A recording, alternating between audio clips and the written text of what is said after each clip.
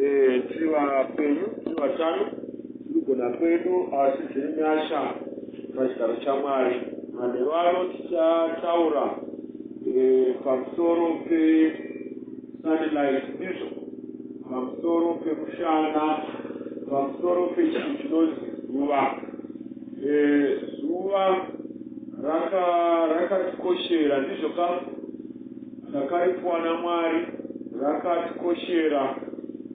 Harina kukoshera idzirwe chete kana kuti kuzvirimwa, asi rakatikoshera kunyange pautano hwani naye hwedu. Mutaona kuti zuva rinouraya majems ndizvo, rinouraya majems akawanda anogona kukanganisa utano hwani naye hwedu. Saka tinokurudzirwa kuti dzimba dzedu ngadzigare mawindo akadi naye akavhurwa, maketeni akavhurwawo, zuva richidi naye chipinda. Tinokurudzirwa kuti izvi pakuvaka dzimba tivake dzimba dzine utano, tivake dzimba dzine utano. Paunovaka imba unofanira kutarisa kuti panobuda zuva rinokwanisa here kupinda pamako, parinozonorinda zvakare rinokwanisa here kupinda chinaye pamako. Saka vachazovaka dzimba vakai muchiziva kuti dzimba dzedu dzinodawo chinaye, dzinodawo zuva.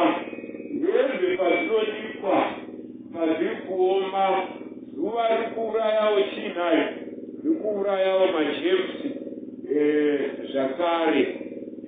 Zuva takambotaura zvedepression, handika shana wakatinakira mastress nedepression.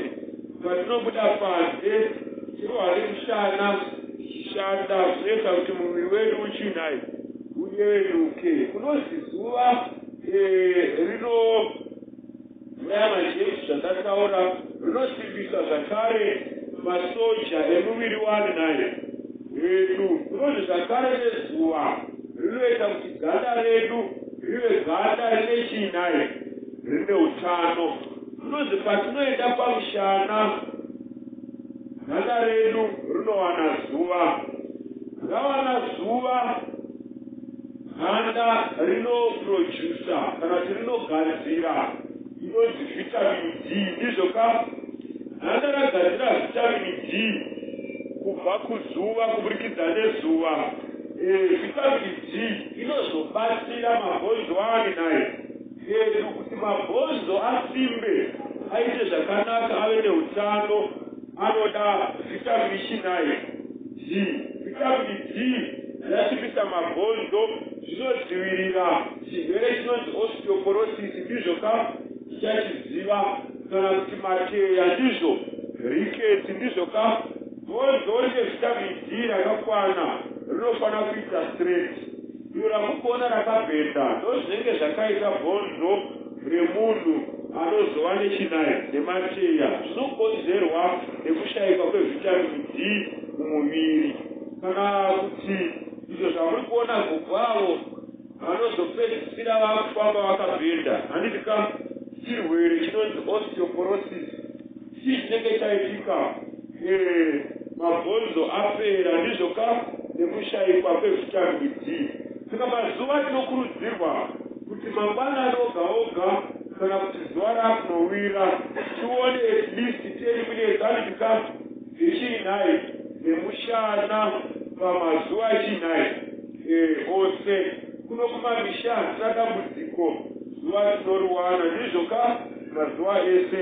Asi hama dzedu nemumataundi pane vanhu vekuti achibuda mumba akupinda mota, achibva mota akupinda muofisi, achibuda muofisi akudzokera kumba. Izvozvo hazvina utano. Tinoda zuva, tinoda mushana. Basi zuva iri harifani kudinaye, harifani kuwandisa, ndizvo ka? Harifani kuwandisa, rinopisa ganda redu. Kunozviko takasikwa zvakasiyana, ndizvo ka? Tichaona kuti iko vane ganda tema vanoda zuva rakawanda, varungu vanoda zuva rakadinaye shoma. Saka kuti vanogara kunzvimbo dzinotonhora ganda ravo ichena, ndizvo ka? Nemhaka yei hakuna zuva rakawanda. Vanogara kuno kuAfrica kune zuva rinopisa. Takasviba, kusviba, kuti kutupa. Inzwa apa hama dzangu dzekuAfrica. Vanhu vatema. Kusviba, kuti kutupa. Chikomborero chatakapiwa naMwari. Kusviba uku kunoita kuti tisapiswe nezuva. Tisazoita makenza. Saka unoona anasisi vedu vakurwa nekupisa ganda riyani. Uri kutozvikuwadza. Saka uzora mafuta ekutsvukisa. Uri kupisa ganda. Ganda rako kana ratsvuka harichagoni kudzivirira zuva. Uchaita chirwere chinonzi kenza. Kana kuti ukakuwara hauchasoneki. Kusviba kuti kutupa. Kusviba izano raMwari kuti ganda redu ridzivirire zuva risati kuwadze. Saka varungu kana vanogara vakapfeka magilazi, vanogara vakapfeka masandheti nyangwe kusiri kupisisa. Imhaka yei? Imhaka yeganda ravo. Saka ukaona paskini yako kwakuita zvebhureki zvisingahwisisiki, zvisiri kupora, vakutoita chirwere chinonzi kenza, handika yeganda, handika inonzi melanoma, ndizvoka. Saka ngatidzivirirei zuva rakawandisa, ndizvoka, nekudya michero yakawanda, nekuwana utano hwakanaka kubva kuzuva irori risina kuwandisa. Iko zvinotipa nguva yekupisa, ndizvo. Makani ngaadii naye, ngaave anodii naye, anopfekwa kudzivirira zuva rakadii naye rakawanda. Asi kwedu kuAfrica hatina dambudziko. Dai kune varungu vachena nehama dzedu masokwe, ndizvo vanokurudzirwa kuti vasatsve zvakanyanya ganda ravo rinozoita skin cancer. Nhasi tichagumira apa. Mangwana tichataura pamusoro pefresh air mavachitibatsira. Mazuva ose nakunamata ndizvoka nehama neshamwari vanorwara nekurwarirwa. Ngatinamatei. Baba vedu vari kudenga naponeso ruJesu. Tichitokutendai nyasha dzenyu nendogwenywa muchichipa. Tiite zvakanaka pautano hwepanyama nehwepamweya. Pamunoponesa vanhu venyu, nesu mugotiponesa naJesu tonamata. Amen.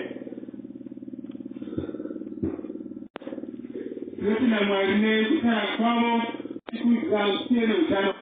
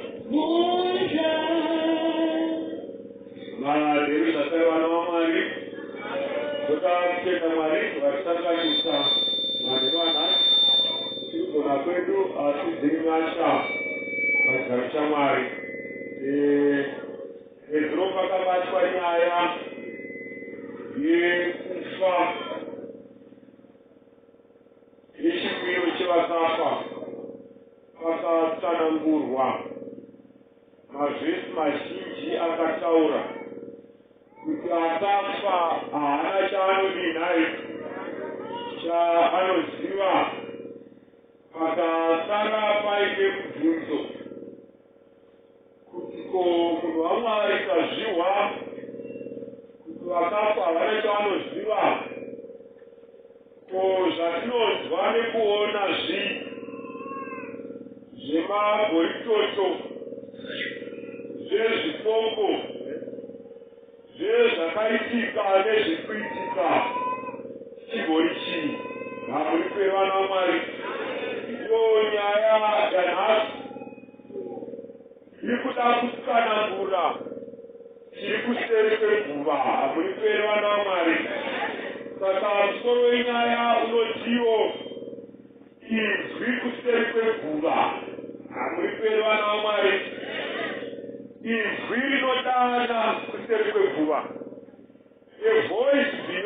grace. Muri vana vaMwari. Kana paine nyaya kana kuti doctrine kana kuti dzidziso inovengwa naSatani, ndiyo nyaya iyoyi. Kana zvichibvira unototi dai unoiparidza apa, kana zvichibvira unototi dai jenareta ranyarara, kana zvichibvira unototi dai spika yatsva.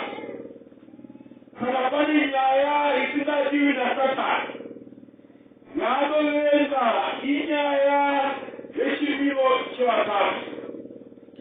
Nyaya nhasi hamuri vana vaMwari. Saka dai munatibatsira vatiita zvakanaka kuti nyaya iyi dai taizwisisa, kuti zvimwe vamwe vangasunungurwa, kuti zvimwe vamwe vakaponeswa. Muri vana vaMwari. Ini baba vangu vakashaya ndiri grade 3. Baba vashaya ndati kurei ndakazopinda imwe chechi haticharevi nezita.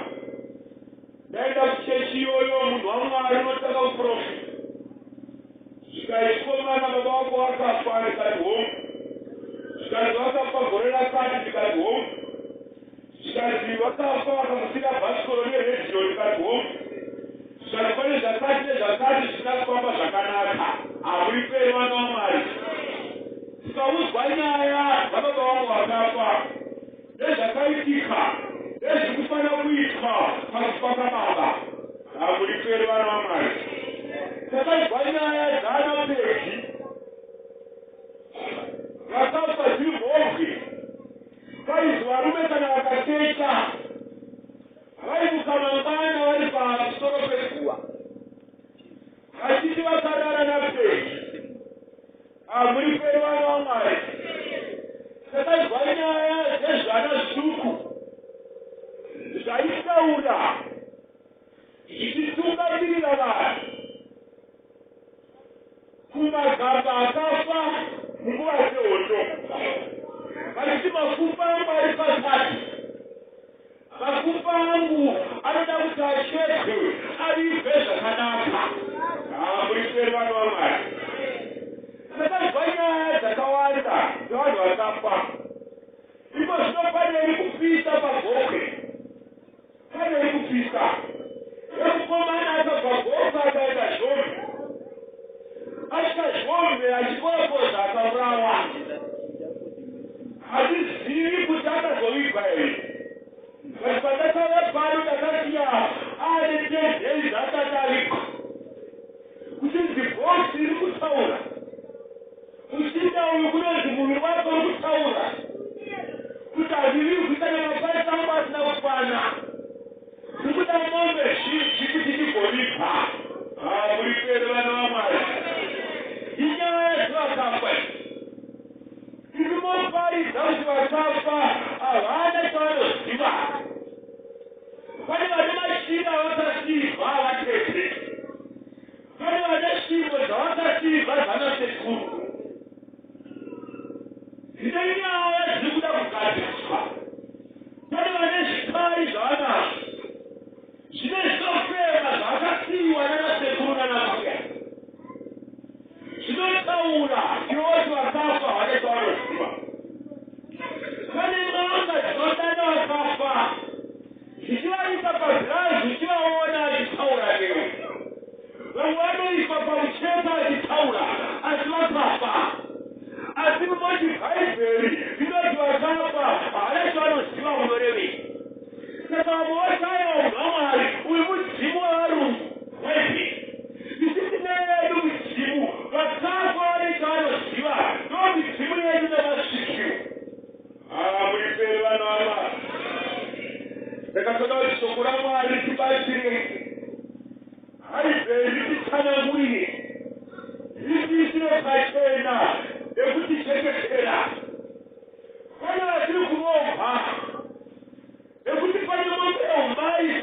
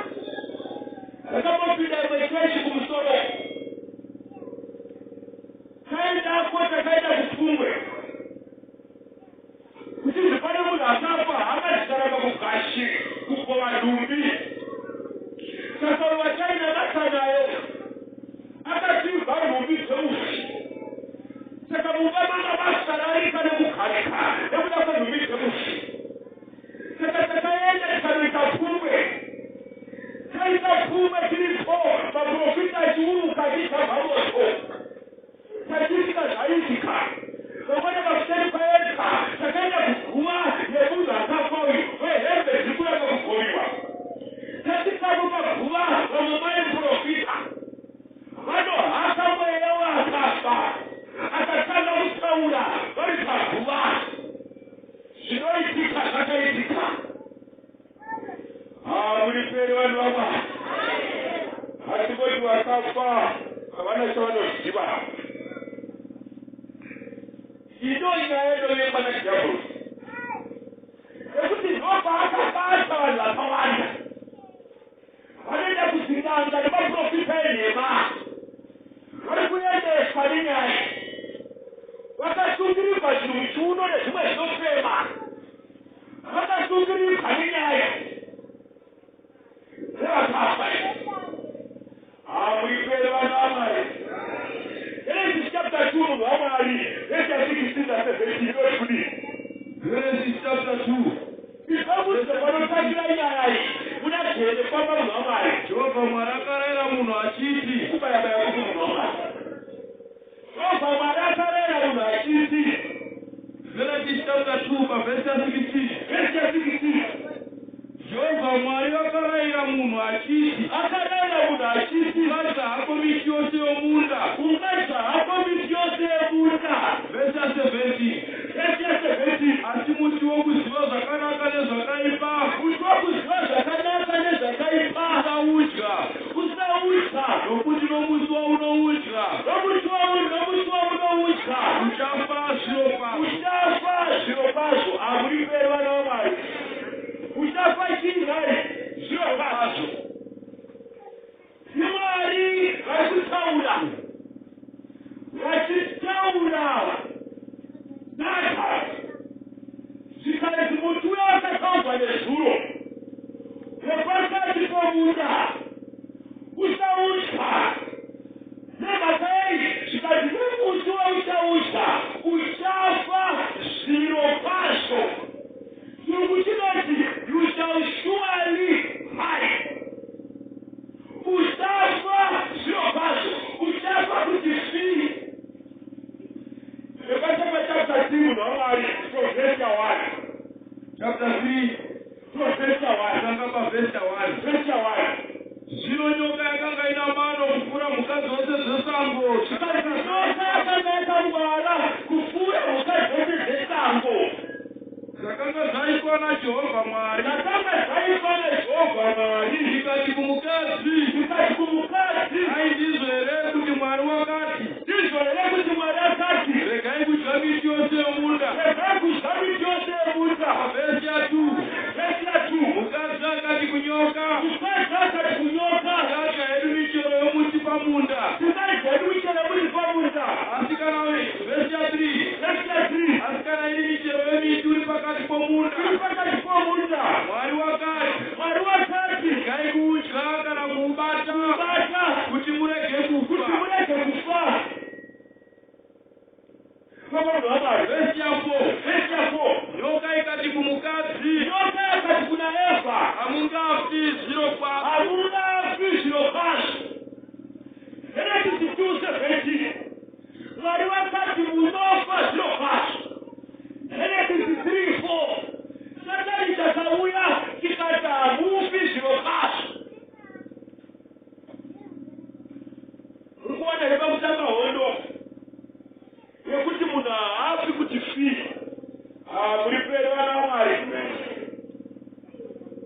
Mwari akati munofa kuti fii Satani akati haufe kuti fii unofa zvenhema muriperi vana vamwari Satani akauya kunyoka nyoka ikataura nambuya Eva yakati kudzana Mwari titi ndozvema zvekutanga kufaridzwa naSatani mumuda waIdheni svikiro rekutanga inyoka vapaona svikiro rekutanga panyika pano inyoka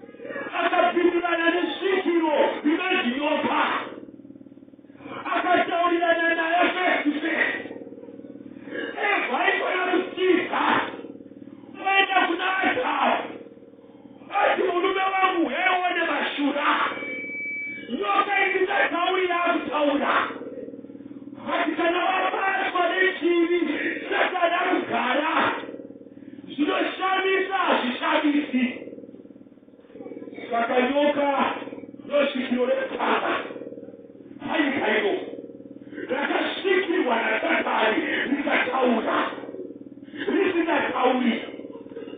Saka tinozvizvei kuda kunotaurwa kunoti kuna guru remusha, guru iroro rikadugwa doro rinotaura, kuna guru remusha rinokudza mamwe maguru. Azvishandise zvakataurwa naSatani kare. Satani unogona kuita kuti mhuka itaure, mhuka ifudze dzimwe mhuka. Nyoka yasvindiswa naSatani yakataura nomunhu, yakataura naEvha. Saka chenjera vanotaurwa navo namaguru emusha nemhuka dzemusha, chenjera kutaura naSatani. Muri pere vana vaMwari, ngazvechinoteera munhu waMwari.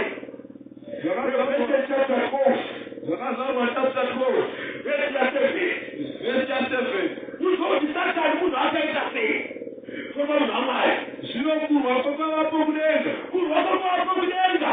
Mikaeri navatumwa vake vakarwa. Mikaeri ndiJesu, kana ari pahondo anopfeka bhachi rakadzi Mikaeri. Mikaeri zipa rekuhondo raJesu. Tiwamo makomo egere mazita ehondo anonzi anomabhunu muchapera, ana gaba rinocheka raJesu rekuhondo ndiMikaeri. Saka kuti ndiMikaeri akarwa, ndiJesu aripa aita nezva Mwari Baba. Zvino kurwa kwakavapo kudenga, kwakaita hondo kudenga. Mikaeri navatumwa vake vakarwa neshaka. Mikaeri navatumwa vake vakarwa neshaka. Shato ikarwa navatumwa vayo. Shato yanga ine ngirozi dzayo. Verse 8. Vakasakunda. Nzvimbo yavo haina kuzowanikwa kudenga. Haina kuwanikwa kudenga. Verse 9. Zvino shato huru yakakandirwa pasi. Shato huru yakakandirwa pasi. Iyo nyoka yakati.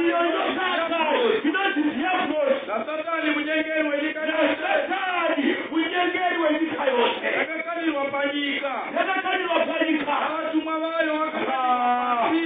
Muliperi vana vaMwari. Hondo huru kudenga yakatanga. Great controversy. Satani takarohwa chine ngirozi dzacho. Mikaeri ane dzake.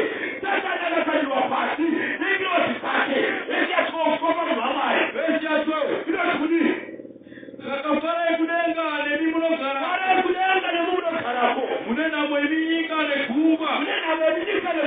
Nokuti mweya wakaipa wakaburukira kwamuri. Akatsamwa kwazvo. Kuti unoziva kuti une chiguva chiduku. Muri pere vana vaMwari. Vaya kune Ezekiel chapter 28. Haizverinoti mufaro kudenga. Satani pachakarohwa chakakandirwa panyika. Zvikanzi mune nhamo yeminyika negungwa. Nekuti mweya washinda, mweya waDhiabhulosi wakakandirwa panyika. Zvikanzi akatsamwa kwazvo. Revelation chapter 20 verse 6.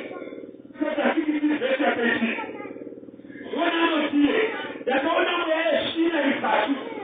Yakaita samatatu. Ichibva mumuromo weshato, nemumuromo wechikara, nemumuromo womuprofita wenhema.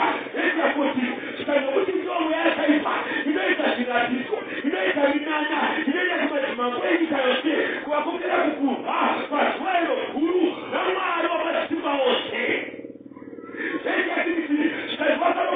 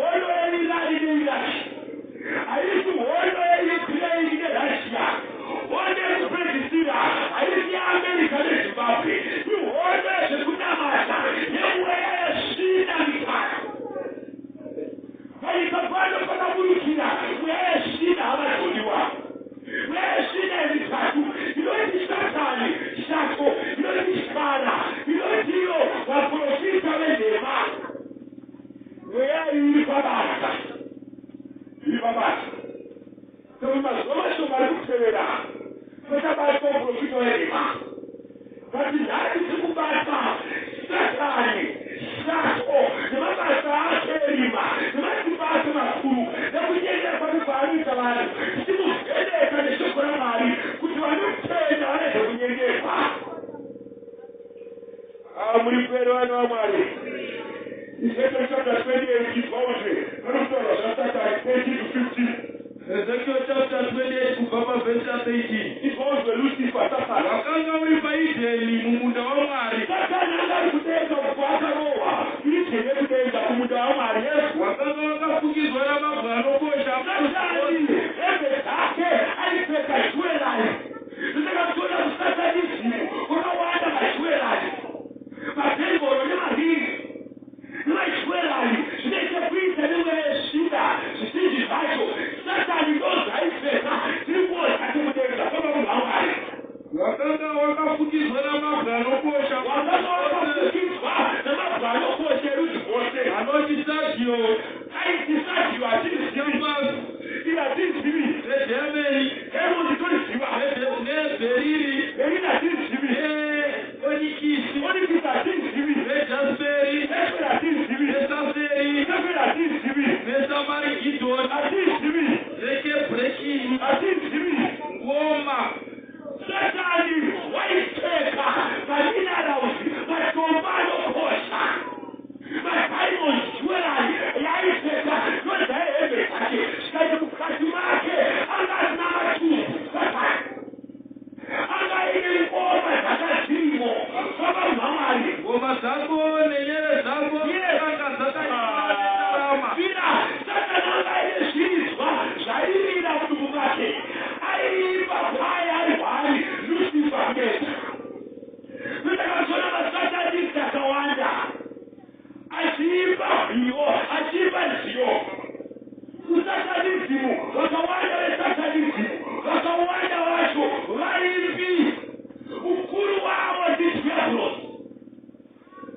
Mlipeva na amani ana jeisi anameko jeisi wakatuisa pacheta takatiza moyo yetu kuna diablos ana liana ana viozi Mlipeva na amani kama amani Ngoma zako nenyere zako zaka ifani darama mukati mako akasise bonzi kama amani zvakagadziwa nezvaro kusikwa kwako vechakoti iwe wakanga uri kerubi rakazvodzwa Satani ainekirozi yaiti kerubi yakazvodzwa asatapanuka asatadzima kudenga vamaripo takavotsaura nezveareka vamamhamari iwe wakanga uri kerubi rakazvodzwa kerubi rakazvodzwa raifukidzira areka Satani anga ari gadhi waMwari aifuridzira areka yaMwari ndiaiprotecta Mwari ari parutivi paMwari amuripevana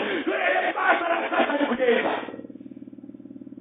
naiti Mwari Baba Mwari Mwanakomana Mwari Mweya Mutsvene kwotevera Lucifer kwozotevera dzimwe ngiroti ainaziye kudenga angari pedyo naMwari Satani zvikaita semunhu waMwari Baba ndikakugadza ukava pamusoro pegomo dzvene raMwari vakauri pamusoro pegomo dzvene raMwari waifamba-famba pakati pamagomoto vaifamba pamagomoto Satani ari kudenga chigaro chaMwari chichitaurwa naDhavhidhi chinonzi moto vaifamba-famba Satani ari kirozi yaishisa achigara nechifamba mumoto waMwari mumiviri yaMwari muglori yaMwari ndoya yebasa raDiablos vavanhu vaMwari Verse 15 wakanga vakakwana panzira dzako kubva pazuva rokusikwa kwako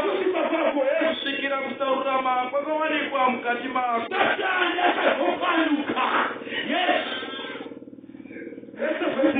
Verse 17 mwoyo wako wakazvikudza nokuda kwako akazvikudza nekuda kwekunaka kwake wakaodza uchenjeri wako nokuda kwekugwinya kwako akati ndinopenya akakangama kuti akapenyeswa naMwari akakangama kuti zvaanazvo vakachidii zvake akazvipuwa naMwari akazvikudza akada kufanana naMwari akapanduka pamba mwaMwari ndakakuwisira pasi ndakakukandira pasi ndikakuisa pamberi pamadzimambo kuti vakuona muriperiwa naMwari saka Satani ndobva charowa ndobva chaura paika kari munena wewinika ekutisachana akawira papinai asaika saka amazodiwa ayafanyika sakana kurwa yobva apinda muiti yobva anyemera zanaepa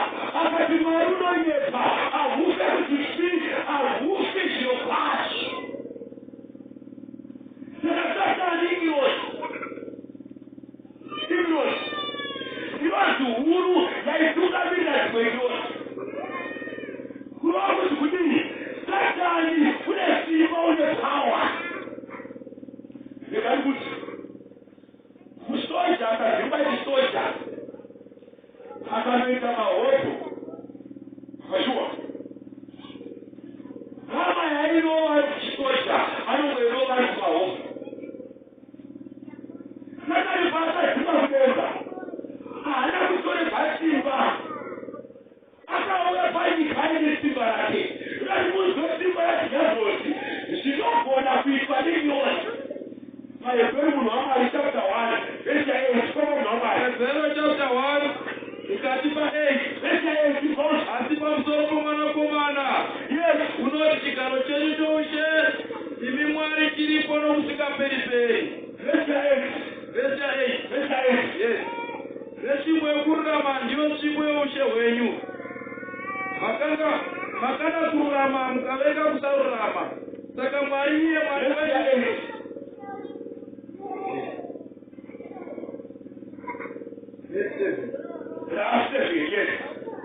napamusoro pavatumwa unoti napamusoro pavatumwa unoti napamusoro pavatumwa unoti iye unoita pamusoro pengirozi vatumwa ingirozi inoita sei mhamwari papa pamusoro pavatumwa unoti iye unoita vatumwa vake kuti vave mhepo ngirozi dzinogona kuita mhepo bila number 1 ngirozi dzine simba rekushanduka kuita mhepo nyaya dzinotauka kuti mukichena harusi kuyarika pane zvinorara zvichirongeka zvichigwedebusa mukicheni muchivhuvhuta mausiku vamwe vanomuswa vari panze mhepo inouya zvikanzi izvozvo zvinogonekwa sengirozi muri peri vana vamwari koma munhu wamwari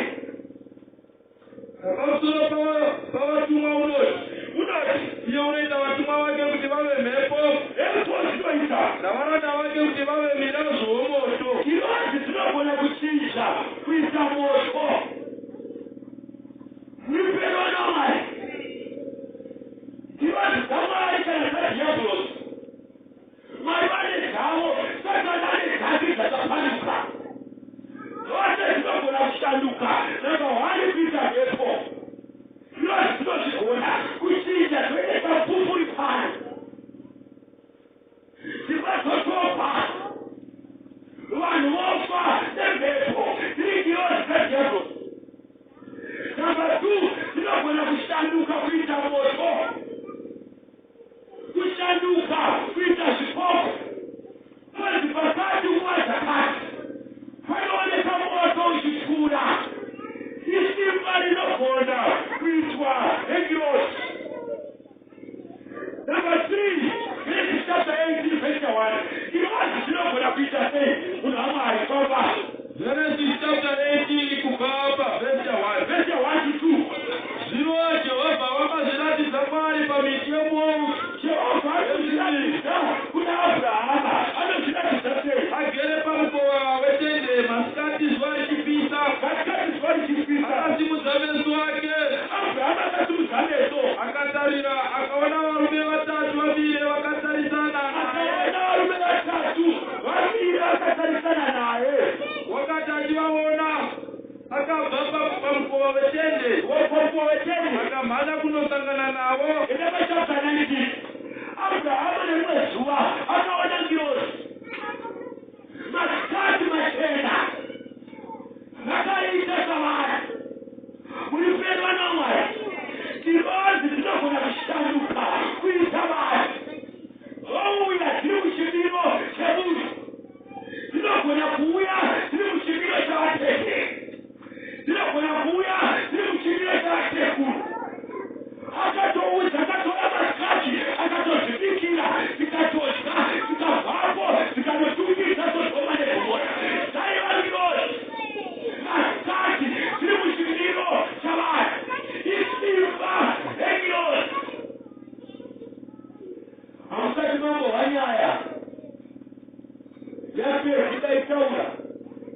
akanyeta vanokesha wetu vakesha izvo vakesha chikoko mafana wedu mugari pamusoro peguva zvinogoneka nenyozi yaekukesha-kesha zvinokukesha zvikoko ukamuka wakumakuva zviriko zvinoitika nyozi dzinozviita nayekupimba-pimba tinekupimba zvimwe zvinhu uchifuna kuti vanhu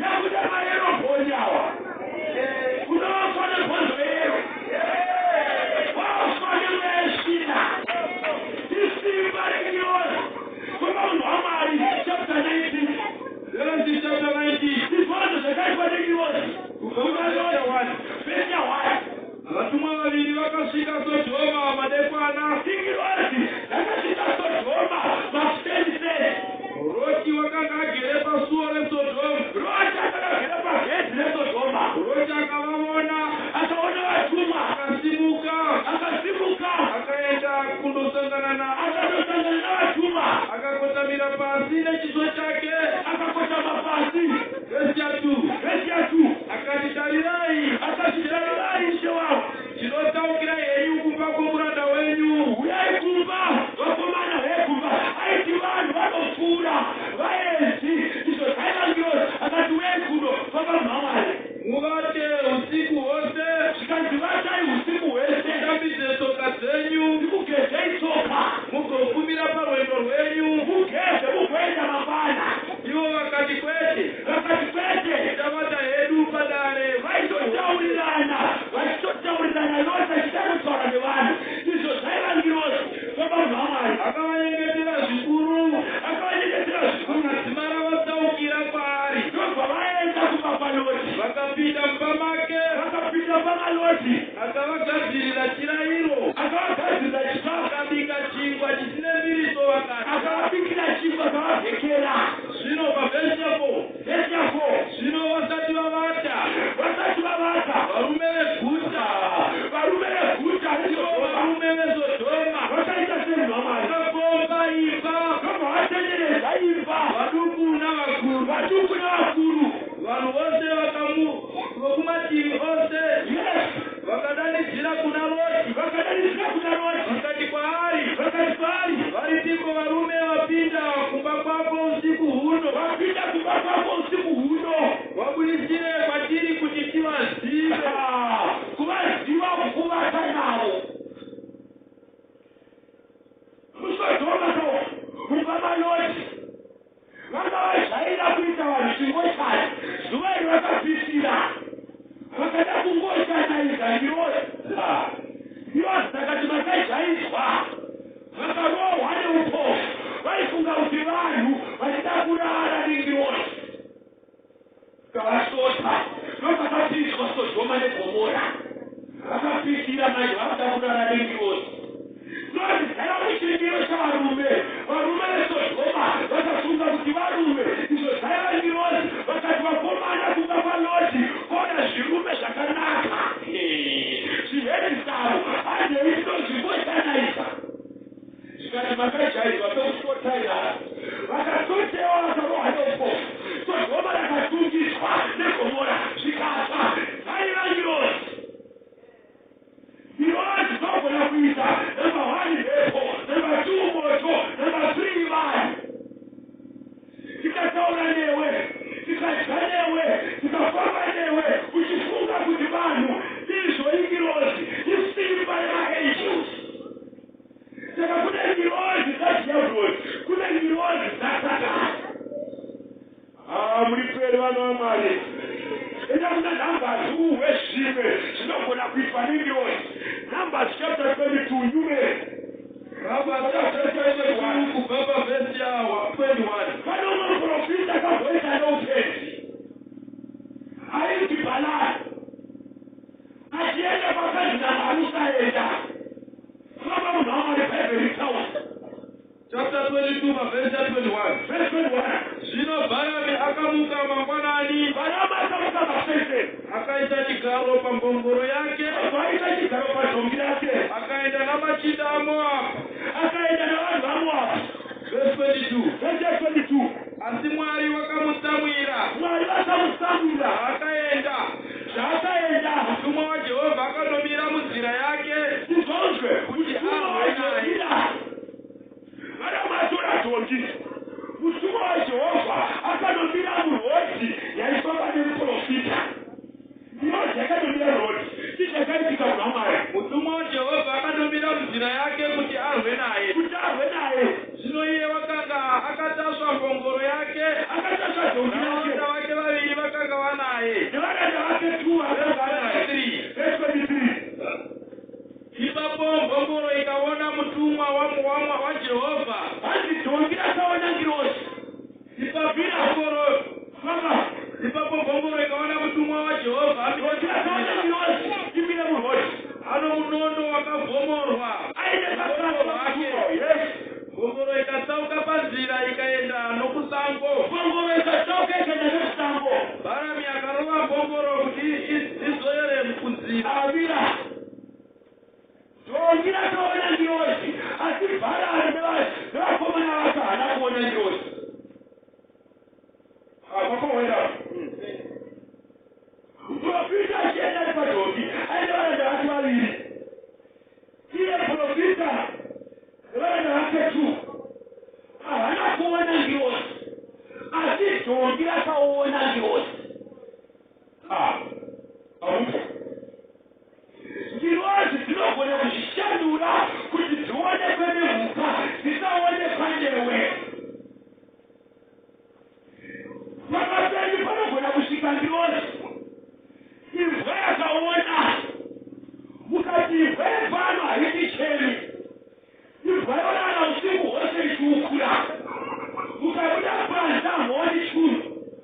Imvura ichingoukura ichitiza. Izvo iri kuona ngirozi asi iwe hauioni. Imvura igochema seinorova. Mugotoenda kun'anga kozi pane nyaya iripo.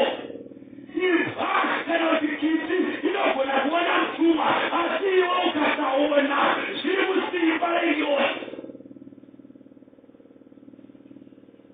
Vakagarira pane rimwe zuva vakauya gaurani panapa patana. Vakauya gaurani pano. Takauyawo takati vafana. Hatina kugeza mvura yachipakanda. Asi vakuru vakageza. Tikamutandanga ine svibo mbiri. Achimhanya nadzo. Pane kwapanga paine ichakaitwa chazvati mukavera atimusaka. Taiona zvigaba zvezvatariri zvichimhanya. Asi vaiona zvu. Vakada kubva nekanda ipo. Handichaziva kuti paiparani. Ukazi yaimone nyanga iri mukapu. Isu hatina kuona chinhu. Taimboona chimuti nekapu. Vakavageza vachiti onai zvuba. Isakati zvuba zviti. Hapana chataiona. Muripere vana vaMwari. Ukazi nyanga yaburiswa muhutu. Waizishasha. Vakabatwa nyanga. Asi isu hapana chatakabona. Zviri musimba rengirozi. Muripere vana vaMwari. Kuti dzinogona kuonekwa navamwe dzikasaonekwa nevamwe. Isiye nyaya yamunhu waMwari enda pano inotevera. Saka akarova dhongi kusvika dhongi rinoverenga nyaya yacho. Dhongi rataura. Rikati komu munondiroverei. Akakomuniketa nedhongi. Vati dhongi ngarisingatauri. Rakashamisa muromo waro rikataura. Ngirozi dzine simba rekuti mhuka dzishamise muromo dzitaure. Vana mahana kuvhunduka. Tabuya nepamwibwe akapindurana nemhuka. Muripere vana vaMwari. Chapter 28. Enda uzwe nyaya iripo ipapa. First Samuel chapter 28 verse 3. Profita Samuel yafa. Ropa lipika nyai. Soma mwatara. Hata hatukutendera Mwari. Mwari hatukutaura naye. Baba mno Mwari. First Samuel chapter 28 verse 3. Samuel zvino wakanga afa. VaIsraeri vakanga vamuchema vakamuviga paRama. Ivo muguta rake. Sauro akanga abvisa panyika masvikiro navavuki. Zvino vaFiristia vakaungana vakavaka misasa yavo paShekemu. Sauro akaunganidza vaIsraeri. Ivo vakavaka misasa yavo paGibheo. Zvino Sauro vakati achiona hondo dzavaFiristia.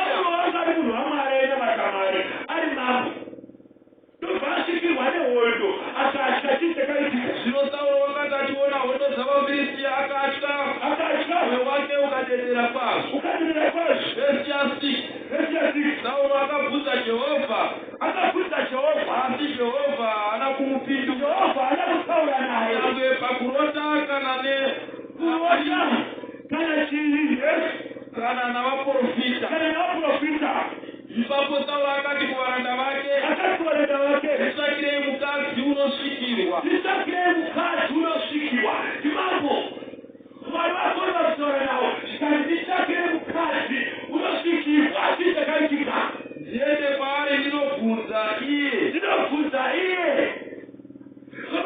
Varanda vake vakati kwaari, tarirai kuno mukadzi unosvikirwa paIdhori. Kuna mukadzi unosvikirwa paIdhori. Ndizakaitika. Verse 8. Sauro akazvishandura akafuka dzimwe nguo akaenda navamwe varume vaviri vakasvika kumukadzi usiku akati, ndiukireiwo mweya unokusvikirai.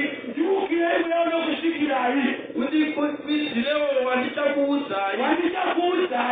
Verse 9. Mukadzi akati kwaari, tarira unoziva zvakaipa naSauro.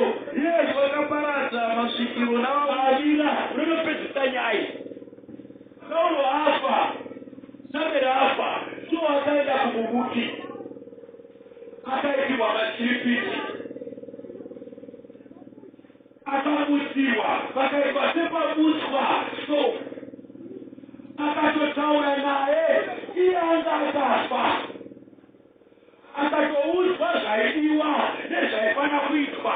Iye so anga akafa. Samuel anga akafa. So akaenda kumubuki akandobvunzira. Asanga ari mambo waIsraeri aifana kunamatama. Ekaikudzwa vanhu vaMwari. Vana vakaenda kumasvikiro. Vachinobvunzira kune vakafa. Vachitotaura nevakafa. Zviri kuitika izvi. Asi kutanga nhasi izvi mubhaibheri shoko raMwari zvaivepo. Vane vari kuenda kuvauki vachinovukirwa hama dzavo dzakafa vachitaura navatete nanasekuru. Zviri kuitika. Muri pere vana vaMwari. Asi shoko raMwari rinoti kudiko panyaya. Zviri kuitwa nen'anga nevasvikirwo nevaprofita enhema. Bhaibheri rinoti kudini. Deuteronomy chapter 18 inoti kudi munhu waMwari. Deuteronomy chapter 18 verse 9 to 14. Kana wasvika munyika yaunopiwa naJehovha Mwari wako. Akataura naIsraeri kare. Kana wasvika kunyika yaunopiwa naJehovha Mwari wako. Usabvisa kutevera zvinonyangadza zvendudzi idzo. Usaita sendudzi idzo kuita zvinonyangadza. Pakati pako hapafaniri kuwanikwa munhu unopinza mwanakomana wake kana mwanasikana wake mumoto. Hapafani kuwanikwa munhu unopinza mwanakomana kana mwanasikana mumoto. Asi tinovaprofita vanotibvere moto. Vanofamba mumoto. Vachiita zvemoto. Vachivuka vakafa vachitaura navo. Vachihaka mweya vakafa vachitaura navo. Vati Bhaibheri shoko raMwari rakaramba izvozvo. Soka munhu waMwari. Pakati pako hapafaniri kuwanikwa munhu unopinza mwanakomana wake kana mwanasikana wake mumoto. Kana unovuka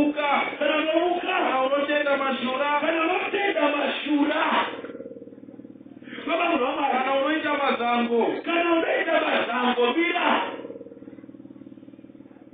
Mazango ndosungirirwa maoko. Nezosungirirwa buhuro nemuchiuno. Zvichisungirirwa makafa. Asi taakuzviwanda kumaprofita edema. Mabhengoro areko. Ane mazita avanhu. Zvakatanga kare ari mazango. Saka neuchenjeri akati vana vachari zvezvikumba zvembudzi nezvikumba zvehwai nezvikumba zvemombe nezvadiki zvepurasitiki zvemazuva aya. Famba munhu waMwari. Kana muroyi, kana n'anga, kana unobvunza masvikiro, kana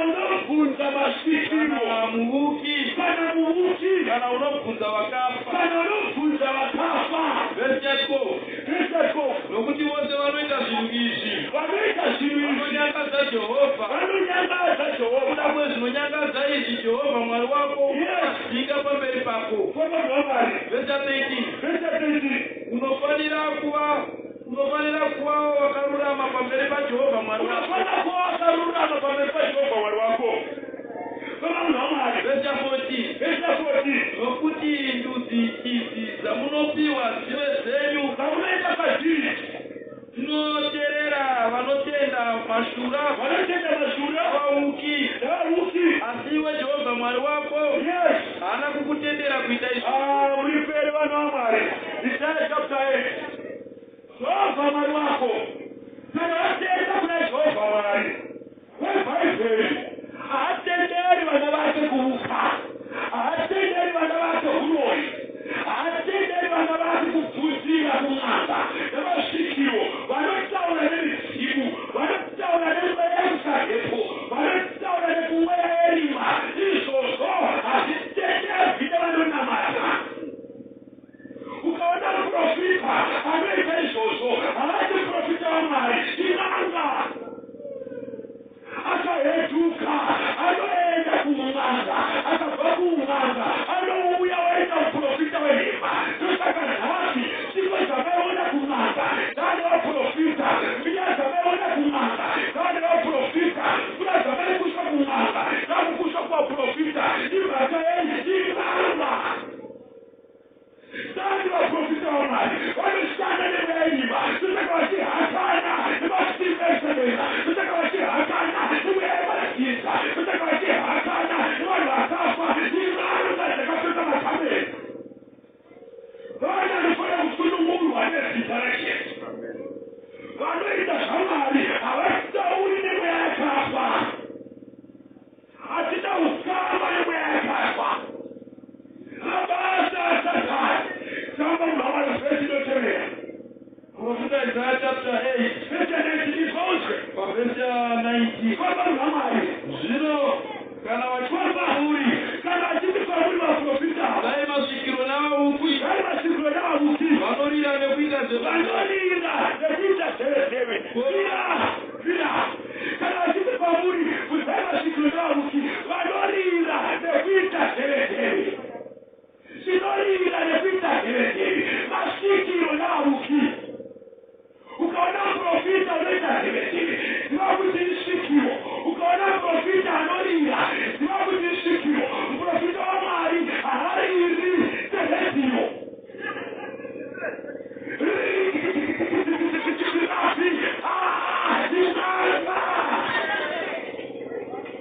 Profita waMwari haariri nedini.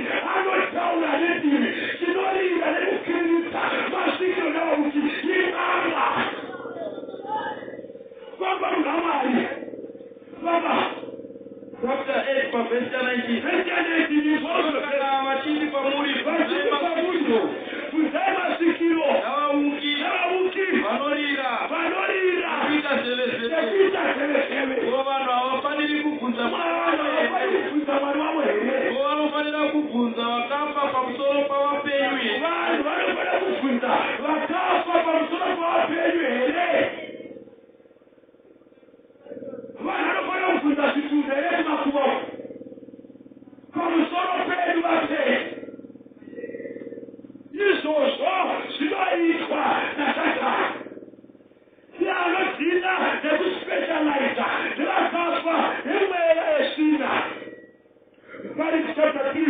18. Before you were putting no man.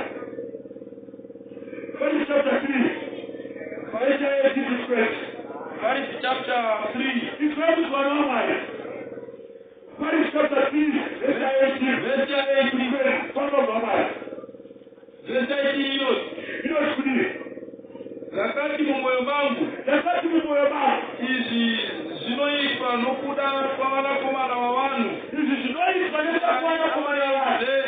Kudala ize. Vaone kuti ivo vamene. Ivo vamene. Vakangoita semuka. Vakangoita semuka. Handina mufarisi kana zviri yezvekufa. Munhu akafanana nemuka. Kwavanhu vamwari.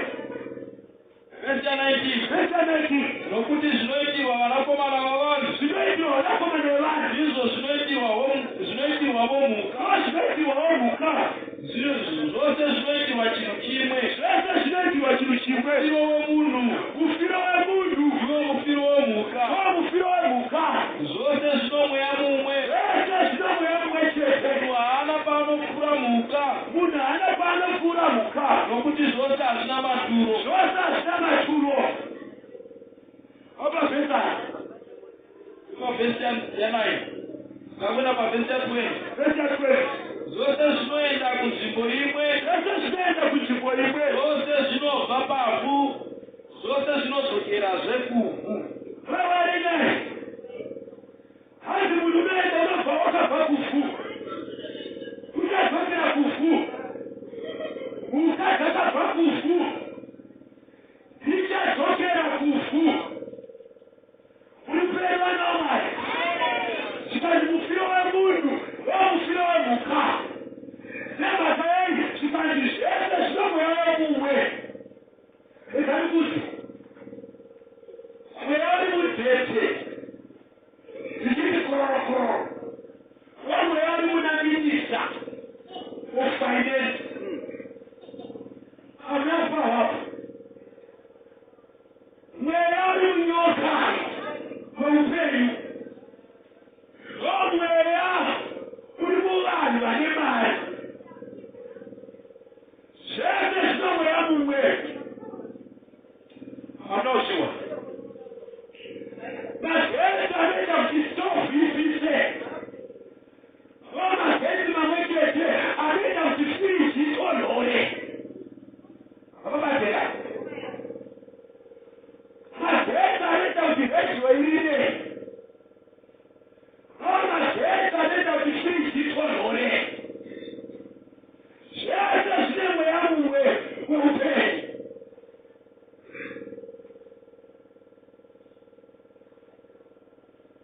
Saka kana kuine ngozi yevanhu, kuine zvipoko zvevanhu. Kusewo tisingaone zvipoko zvehuku dzamadari yaiko. Vakaona huku dzingani. Igwangani dzakafa.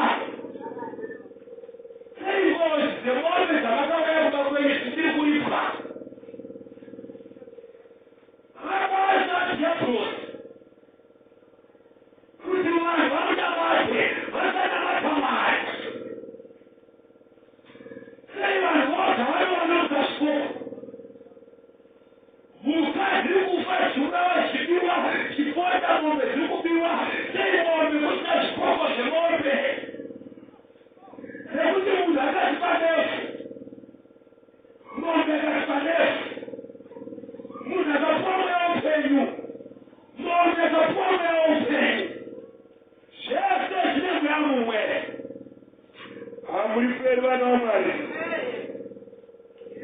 Ina Matthew chapter 18 verse 19. Matthew chapter 18 verse 19. Tazoka kungirosi. Chapter 19 kilos. Kilosio. Chapter 18 verse 10. Kilosi kudi. Chapter 18 verse 10. Ndokuta pana Jesu. Chenjerai kuti murege kuzvidza mumwe waduku ava. Chenjerai kuti murege kuzvidza mumwe waduku ava. Ndijesu. Nokuti ndinoti kwamuri. Ndinoti kwamuri vaduka. Kudenga vatumwa vavo vanoziona miti yose chiso chaBaba. Ngirazi dzavo dzinoziona chiso chaBaba. Chiso chaBaba vangu vari kudenga. Mira henyu. Yesu ari kuisa pachena.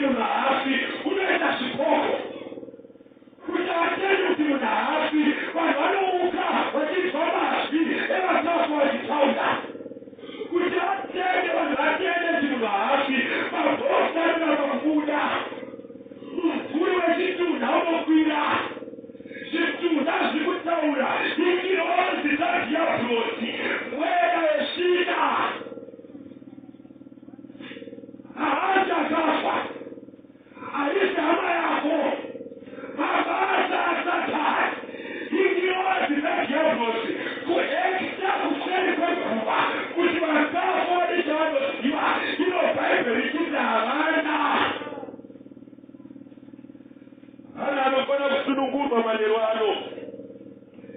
Esse trajeto, Job chapter 7, esse chapter 7, nós podemos normal. Job chapter 7, verse 7. Verse 7. Rangarira henyu kuti upenyu hwangu imhepo hayo. Ziso rangu harichazooni zvakanaka. Ziso romunhu unondiona harichazonditaririzve. Meso ako achanditarira asi haachazondionipo. Verse 9. Kupera kwegore nokunyangarika kwaro. Naizvozvo munhu unoburukira kushiori haangadzokizve. Haangadzokeri kumba kwake. Nzvimbo yake haingazomuzivi. Haide Bible vasafa vazokere kumba.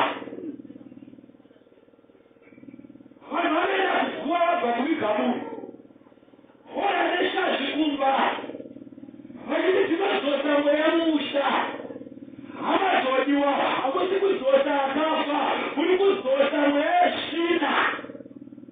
Muri kuzvidarika madhimoni mumusha menyu.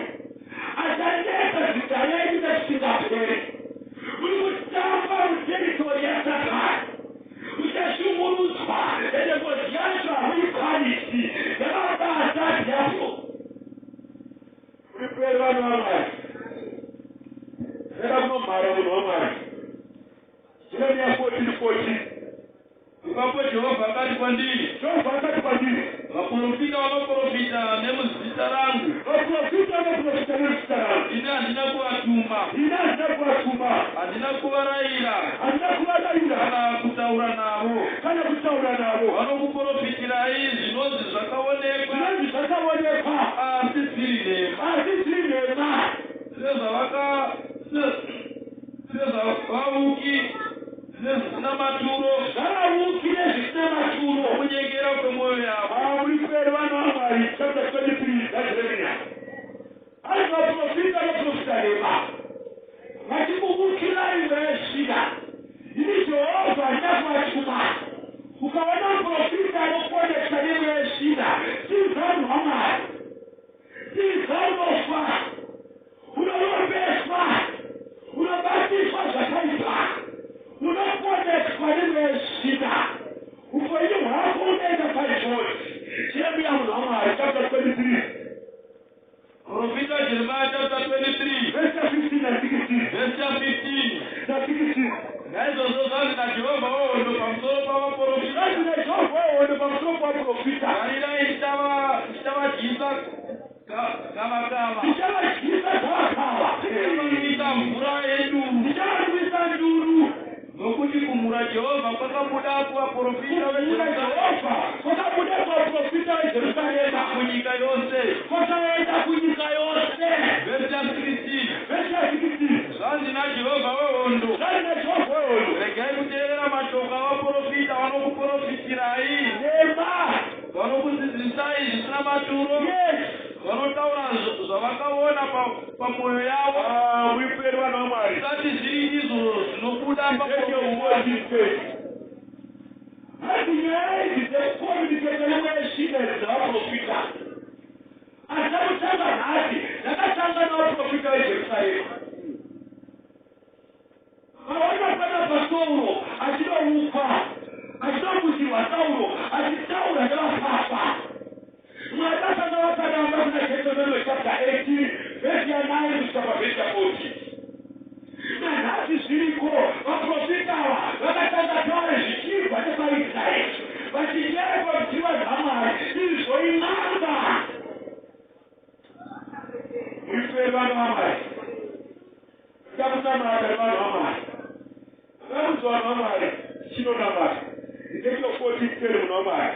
Ezekiel chapter 14 verse 10. Yatava nemhosva yavo. Zvakaipa zvomuprofita zvichaenzana nezvakaipa zvounobvunzira kwaari.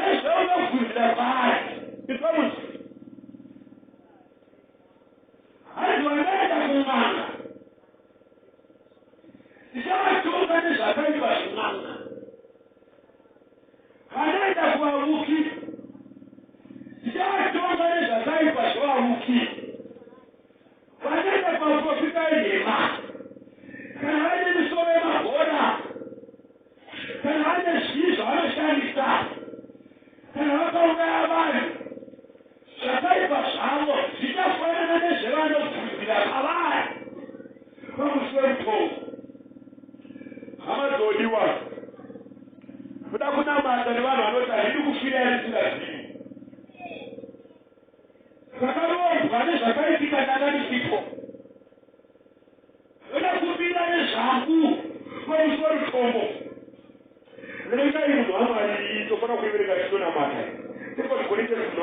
11, 14 na 15.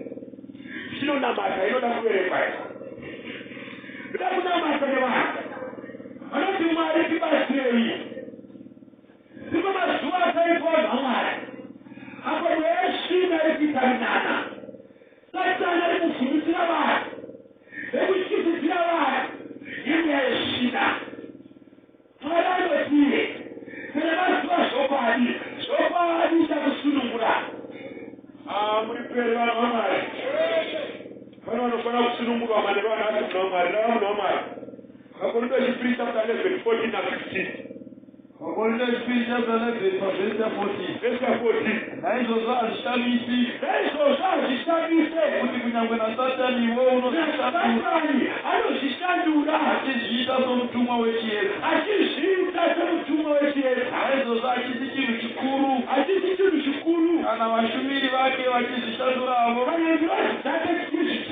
vachizviita savashumiri vokururama vachinyepa nezita raJesu. Kuguma kwavo kuchava sezvavakabata. Muri peri vanhu vaMwari. Nakabatare vanhu vane vanhasi. Vanoti enough is enough. Zvakana zvaringana. Satani vakatityisidzira nevakafa. Mari dzavo naJesu zvakwana. Vakaudzwa namufundisi Gorobi kuti ukasanamata unofanira kuti urope. Zvinhu zviviri. Satani ariko vanhu vaMwari. Satani ariko. Eni zvati kutaura izvi zviko. Kana usina Jesu unofanira kutenga pamufuta nhema nen'anga namasvikiro. Ndozvaunofanira kumira nazvo. Saka zviri paviri wasarudza kumira naJesu kana kuti kumira naprofita wenhema nemweya yeshina. Zvinhu zviviri. Ndaunabatani vanhu vane vanhasi. Vanoti zviri nani timire naJesu. John 1:12 ivo vakavapamushira akavapasimba kuti vanzi vana vaMwari. Vana Jesu havavhundutsirwi nemweya yeshina. Vana Jesu havadyi zvipoko, havadyi zvitoma, havadyi zvitukwai. Vana Jesu havadyi machina emudziyo. Vana Jesu havavhundutsirwi nezvakafa. Arikuerapa mane vanhasi. Arikuti akavhundutsirwa nevakafa. Kuda kuponeswa. Kuda kusunungurwa zvakare. Akadaro simukati vedomunamata. Arikuti akasungirirwa zvakasungirirwa. Nenyaya dzevakafa. Akaziye ukazvisunungura zvinofa. Nevatiri kuda nezita raJesu. Anofanira kusunungurwa. Arikuerapa asingavati. Anorara achirota zvevakafa. Vamwe vanorara vanorota vachimwiwa vazamu vasana. Nezvitoma nezvitukwai vanofanira kusunungurwa nevakafa.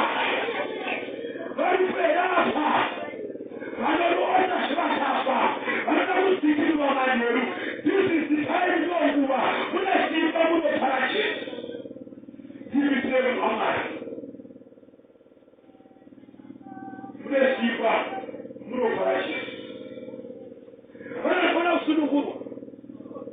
Kana ari pakadaro unofanira kusunungurwa manheru anhasi.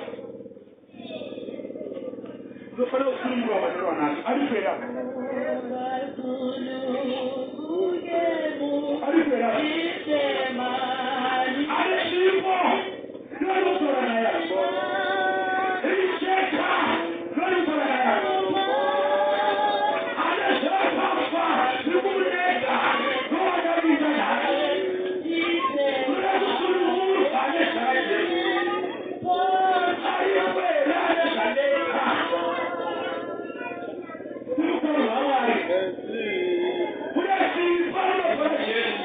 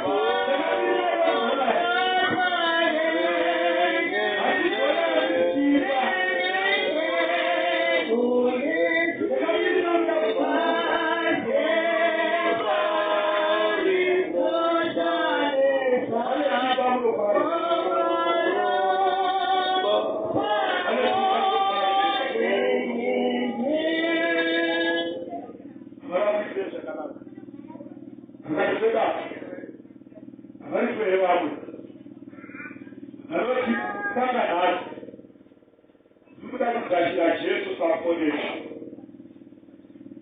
ane simba rinodarika naSatani hariperi pakati pedu hatina kugashira Jesu vanoti tinoda kugashira Jesu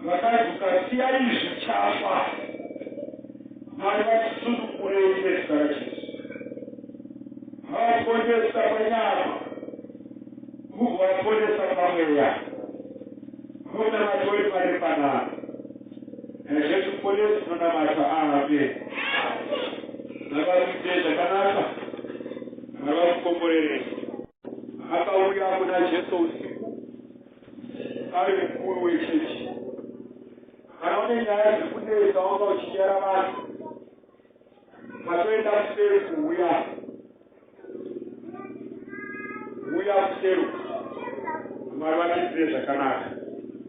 Mwari vakukomborerei vakuitirei zvakanaka.